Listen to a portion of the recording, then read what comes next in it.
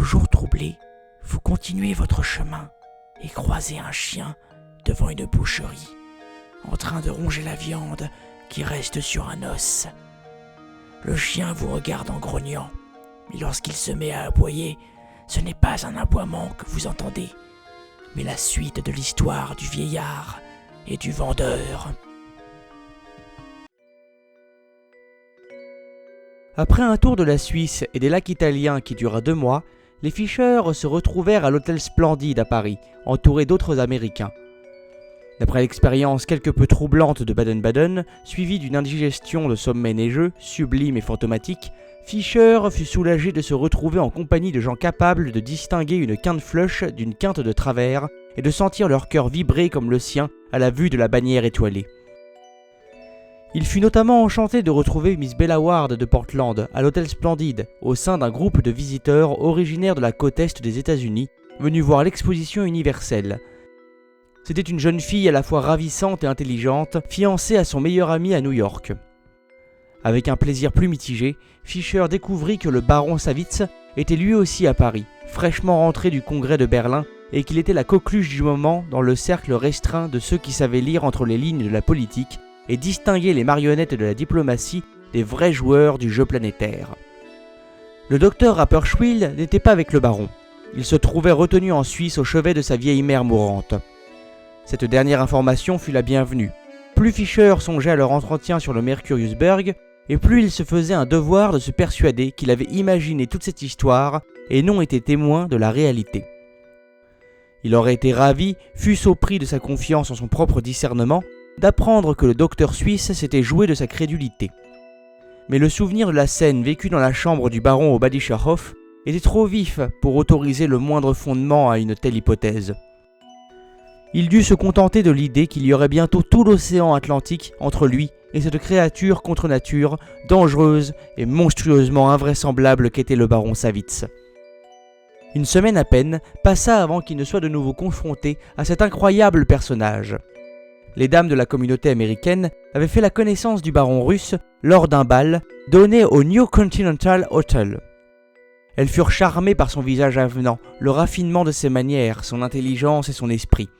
Elles l'avaient revu chez le ministre, et à l'indicible consternation de Fisher, les relations qui s'étaient établies progressaient rapidement vers une plus grande intimité.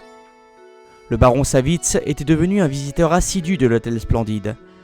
Fisher n'aimait pas s'attarder sur le souvenir de cette période. Pendant un mois, sa tranquillité d'esprit fut tiraillée entre appréhension et dégoût. Il reconnaît que l'attitude du baron envers lui fut des plus amicales, quoiqu'aucune allusion ne fût jamais faite d'un côté ou de l'autre à l'incident de Baden-Baden.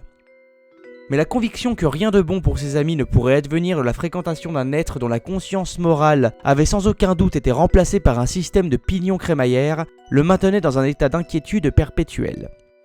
Il aurait aimé pouvoir révéler à ses compatriotes la nature véritable du Russe, leur expliquer qu'il ne s'agissait pas d'un homme doté de remarquables capacités intellectuelles, mais d'un prodige d'ingéniosité mécanique, construit selon un principe qui subvertissait tout l'ordre sur lequel reposait actuellement la société.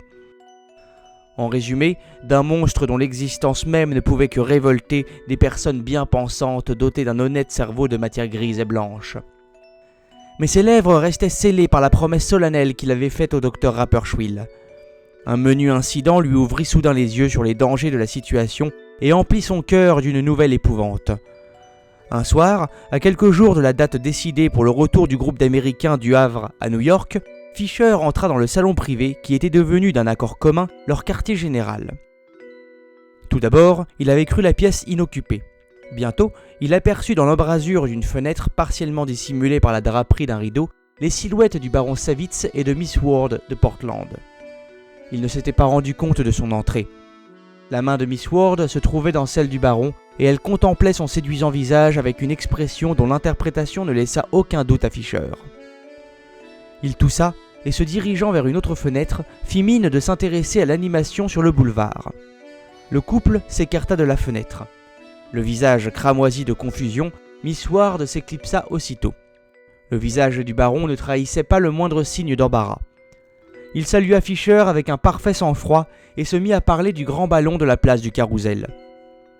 Fisher eut pitié de la jeune femme, mais il ne pouvait pas lui en vouloir. Il la croyait toujours fidèle au fond de son cœur aux engagements pris à New York.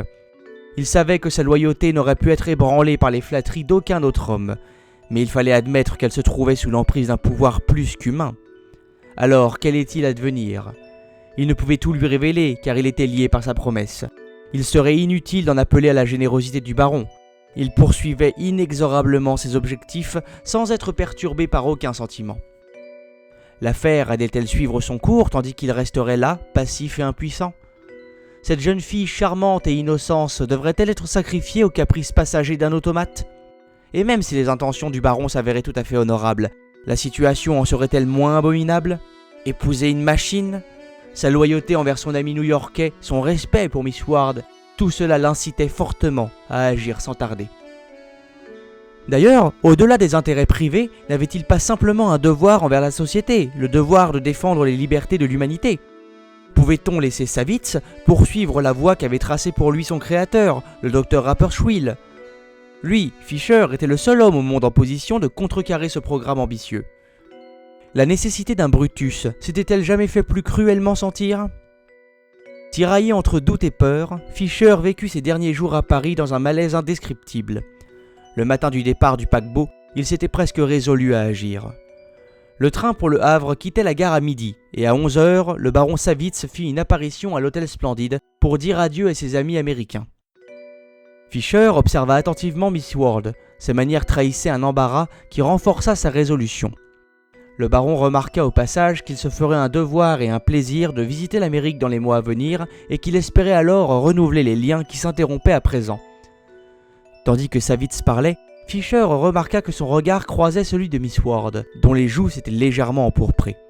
Fisher comprit que la situation était désespérée et exigeait un remède tout aussi désespéré.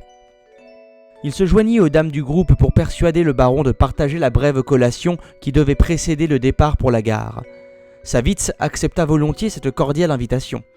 Il refusa poliment mais fermement le vin, arguant de l'interdiction formelle de son médecin. Fisher quitta la pièce un instant et revint avec la bouteille noire qui avait figuré dans l'épisode de Baden-Baden. « Le baron, dit-il, a déjà exprimé son appréciation du plus noble de nos produits américains et sait que cette boisson bénéficie de la recommandation du corps médical. » Sur ces mots, il versa ce qu'il restait de la bouteille du Kentucky dans un verre qu'il présenta au Russe. Savitz hésita. Sa précédente expérience du nectar constituait tout à la fois une tentation et un avertissement, mais il ne voulait pas sembler discourtois. Une remarque anodine de Miss Ward le décida. « Le baron, dit-elle avec un sourire, ne refusera certainement pas de nous souhaiter un bon voyage à la mode américaine. » Savitz vida le verre et la conversation passa à d'autres sujets. Les voitures attendaient déjà en bas. Les adieux avaient été faits quand Savitz pressa subitement ses mains sur son front et se retint au dos d'une chaise. Les dames l'entourèrent avec inquiétude. « Ce n'est rien, dit-il d'une voix faible. Un étourdissement passager. »« Il n'y a pas de temps à perdre, dit Fisher pour accélérer le mouvement. Le train part dans 20 minutes. Allez vous préparer pendant que je veille sur notre ami. » Fisher conduisit en hâte le baron à sa chambre. Savitz tomba en arrière sur le lit. Les symptômes de Baden-Baden se répétèrent. 2 minutes plus tard, le Russe avait perdu connaissance. Fisher regarda sa montre. Il avait 3 minutes devant lui. Il tourna la clé dans le verrou de la porte et pressa le bouton d'appel. Ensuite, prenant sur lui dans un effort suprême pour maîtriser ses émotions, il retira le postiche mensonger, puis la calotte noire de la tête du baron. « Que Dieu me pardonne si je suis en train de commettre une erreur affreuse, » songea-t-il. « Mais je pense que c'est ce qu'il y a de mieux à faire pour nous-mêmes et pour le reste de l'humanité. » D'une main ferme et rapide, il dévissa le dôme d'argent. Le mécanisme apparut à ses yeux. Le baron poussa un gémissement. Sans pitié, Fisher arracha l'extraordinaire machine de son crâne. Il n'avait ni le temps ni le désir de l'examiner. Il attrapa un journal et l'y enveloppa à la hâte, puis fourra le paquet dans son sac de voyage. Ensuite, il revissa fermement le capot argenté sur le crâne du baron et remit en place sa calotte et sa perruque. Tout ceci avait été accompli avant que le garçon n'ait eu le temps de répondre à l'appel.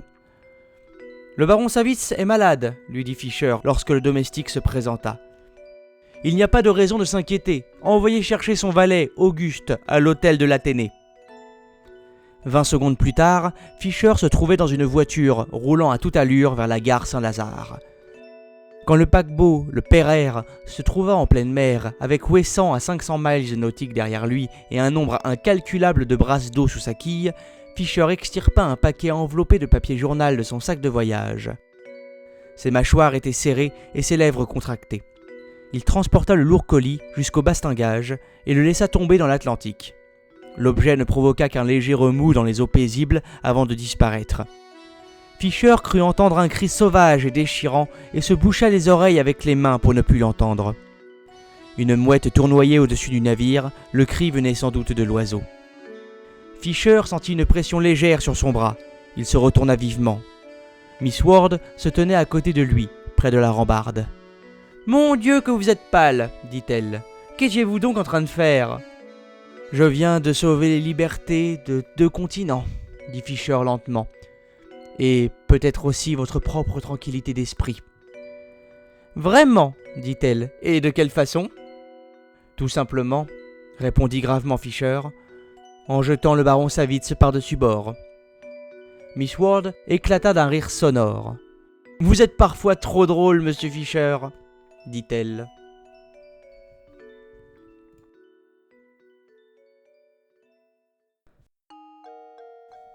Cette fois, vous sentez bien que l'histoire est terminée. Le chien préfère s'enfuir en emportant son butin. Vous êtes toujours là, planté au milieu de la rue, pantois.